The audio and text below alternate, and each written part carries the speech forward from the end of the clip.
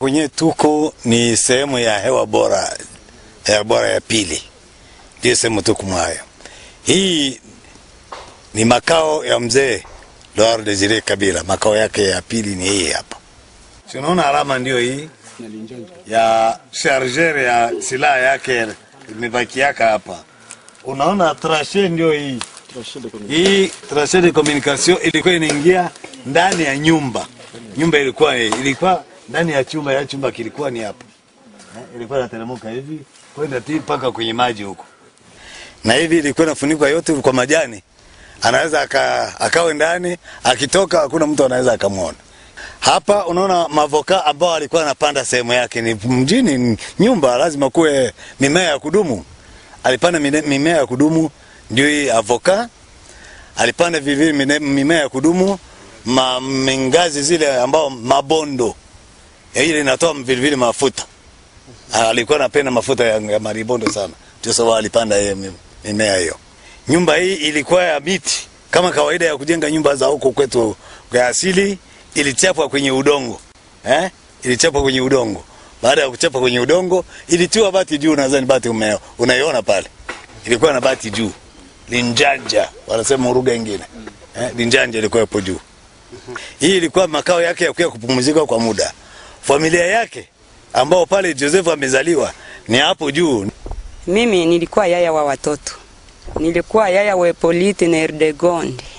Babaka alikuwa akimuita Erdegonde Yurusura, sikujua kama ni lugha gani. Ule Joseph ule njoo Kabange na njoo Polite.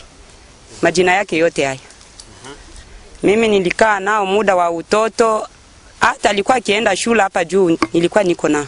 Hapa njoo kulikuwa shule yenyewe walikuwa wakianzia hako. Na mama Sifa njoo mzazi wetu alikuwa kufasi yenye kuitwa Kupike. Mimi naitwa Colonel Gomanya. Mimi nilikuwa askari mlinzi wa Rais Kabila.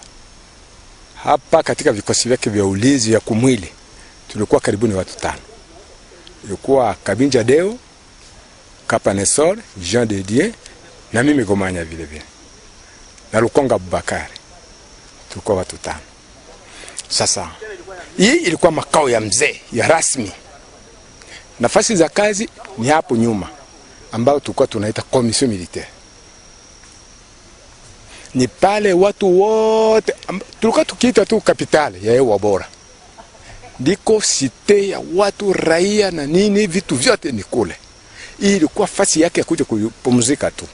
Kuna mtu mwingine mwenyewe alikuwa anafika hapa hivi. Hakuna. Sisi wazamu tulikuwa pale mbele. Malheureusement, en 30 ans, la forêt vierge a totalement repris ses droits et englouti tous ces sites évoqués par le colonel Gomanya. Mais Ewa Bora méritait bien son nom, qui signifie le bel air en swahili. On y respire en effet un bel air, imprégné de divers parfums de plantes sauvages. À Katupo, il fallait se refaire des forces afin d'amorcer la dernière ligne droite vers la cité de Kilembwe, sur l'autre rive de la rivière Nakiliza. Kilembwe que les reporters de Devoir de Vérité et leurs guides et accompagnateurs avaient quitté 6 jours plus tôt pour la montée vers Ewa Bora. Après une longue marche de plus ou moins 200 km sur les traces du maquis de Laurent Désiré Kabila, les reporters sont restés près d'un mois à Kilembwe afin d'interroger et recueillir divers témoignages sur Laurent Désiré Kabila et les réalités du maquis de Ewa Bora. Laurent Désiré Kabila n'a pas été qu'un homme politique. Malgré son intense activité politique et militaire, l'homme avait aussi une vie familiale dans son maquis de Ewa Bora. Quelle était sa famille et comment s'y prenait-il pour la protéger des services de sécurité de Mobutu? Toute sa famille vivait donc en clandestinité. Ils étaient au maquis ou dans les pays voisins. Et alors, il fallait respecter quand même l'hospitalité de ces pays-là pour les éviter des ennuis avec le gouvernement zaïrois à l'époque. Mwanzo kulikuwa na watu walikuwa nafika karibu ya mzee. Yaani mwaka wa 1967 ambao walikuwa kuingia humu kwa mapinduzi. 68, 69, miaka yote hiyo. Alikuwa anasaidiwa na watu 3. Wenyewe walikuwa wanamsaidia kumpigia chakula, kwanza kuenda kubeba. Ile wakati haya alikuwa bado hajaoa. Na alikuwa anakula nini? Alikuwa anakula hasa chakula cha mabango, miogo ambao ni miogo na unga wa mahindi. Ndio yenyewe alikuwa anakula yeye. Wenyewe walikuwa msombea chakula ni Fazile na Asani na Auguste Munganga. Kwa kufika pa nyumba yake ilikuwa shida. Mtakuja kubaki hapa na nyumba yake iko pale mbele. Lakini haona uwezo wa askari kufika pale. Pale ni kufamia yake tu. Na ni pale aliishi na watoto wake. Hapana mtu mwingine hata au general kufika pale hakuna.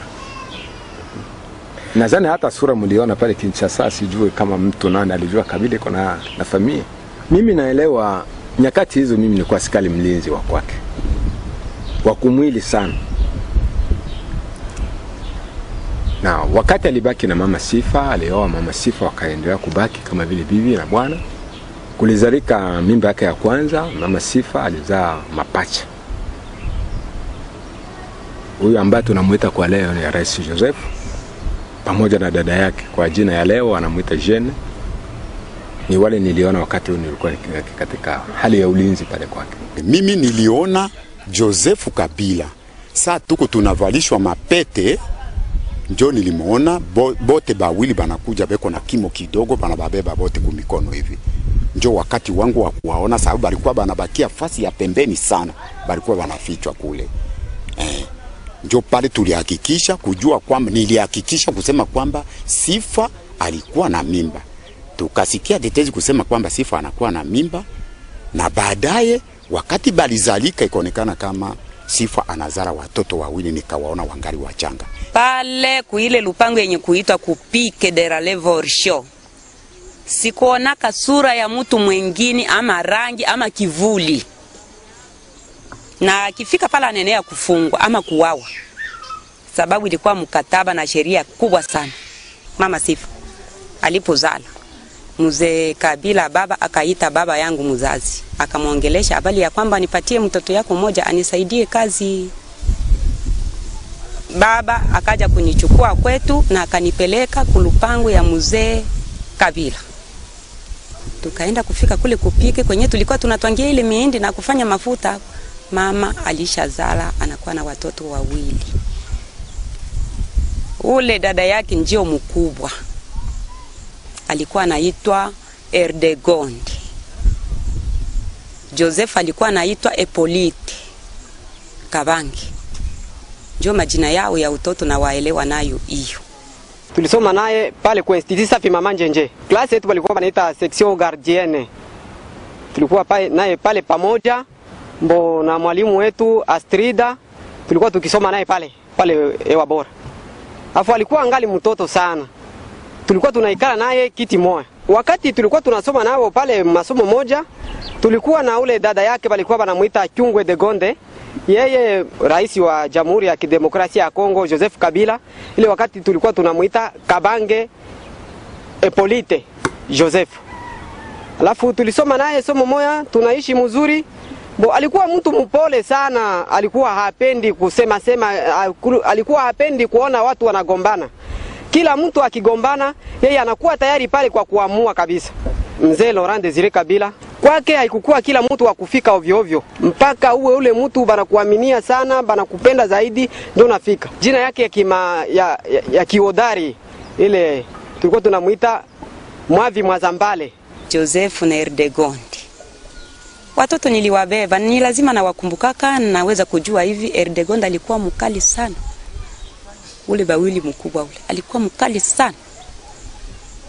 Joseph alikuwa mtulivu sana.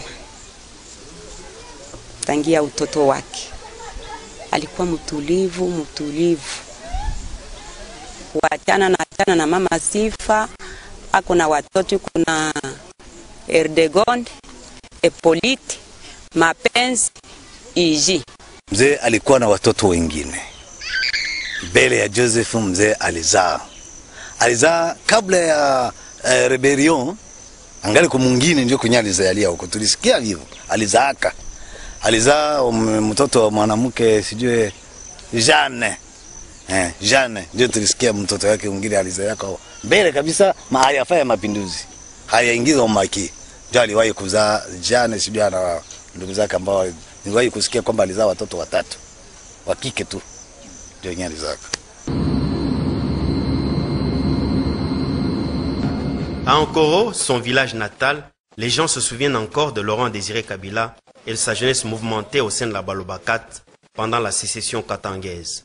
Comme en témoignent ces manguiers plantés ici par Laurent Désiré Kabila et son père Désiré Taratibou, à côté de la maison familiale, près de laquelle est érigée aujourd'hui la maison d'un autre Kabila, Joseph Kabila Kabange.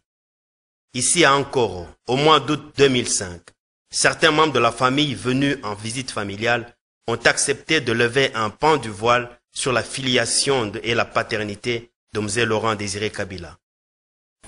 Anakuya kwake, tunafika mle mresidence, ananiitisha dada, anaita batoto, shangazi yenu yeye huyu,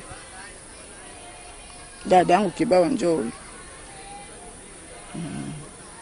Njoo vile batoto yake ni batoto yangu, mimi nabajua. Joseph ni mtoto, bote tu ni batoto yangu. Mimi niko Jeanne, niko mtoto wa kwanza wa mzee, niko dada ya rais Joseph Kabila. Rais Joseph ni mtoto wa mzee Kabila wa kwanza kubanaume. Kubanamuke ni mimi, kubanaume yeye ndio mtoto wa kwanza wa baba. Je m'appelle Etienne Kabila Taratibou, fils aîné biologique du vénéré président de la République démocratique du Congo, que Laurent Désiré. De même qu'en regardant Joseph, on ne peut pas douter que c'est le fils de Mzee. Lui, la première impression, c'est moi, tu n'es pas le fils de Mzee. S'il veut absolument faire partie de notre famille, moi, je ne refuse personne. Bon, s'il est notre sang, je ne peux pas le refuser, mais il ne l'est pas. Je ne sais pas qui a donné le nom de Kabila à Etienne. Donc, il y a ceci, c'est vrai, il y a des gens dans notre pays, c'est aussi une réalité. Quand les gens vous admirent, ils sont capables de donner nom et prénom à leur enfant. She batoto ya mzee she bote tunaungana na mtoto wa mzee wote ukimwone wewe mwenyewe utamjua tu. Ni masini ya kusema huyu ni mtoto wa mzee utamona tu na kumacho, kumaungu, kumikono, ndio kule tuko na Juliana Shebenye. Wakati baba alikuja kule Tanzania, alianza kutuma banduku yake baraanza kwenda kule marehemu George, papa Jedone. Ndio bakatuletea yake mapicha ya kusema baba anazala watoto bawili. Ndio wakazale Josefu na bajeni na bafamia bote na famia na Masifa. Baba mwenye akanionyesha yake na bobe yenyewe banisha ni famia depuis zamani. Baba kabaonyesha yake ndio dadenu wa kwanza. Par exemple, Rais Joseph, nini inaonyesha kabisa kama ni mtoto wa mzee Kabila? Kwa hiyo wakati kama mnaanza kuangalia mzuri, kula anaanza kwenda, eko naenda nikufuata para mzee. Na kumwendo, ukusema, na kuangalia na maungu yote anaanza kwa mpaka mzee. Etienne hatumfahamu hapana. Hatumfahamu. Hiyo ni mapolitiki yao na wametaka kuleta tuka vuruko mwi nchi ya Republic Democratic ya Congo. Mimi simjue Etienne. Nasema sikweli simjue. Na kuya kumsikia sasa nikishasa nasema Etienne ni mtoto wa Kabila. Simeshikara mjua mtoto wa nani Etienne. Wala jina usikulisikia sema Kabila nikaanga na mtoto mwingine Etienne. Hatukuisikia hiyo.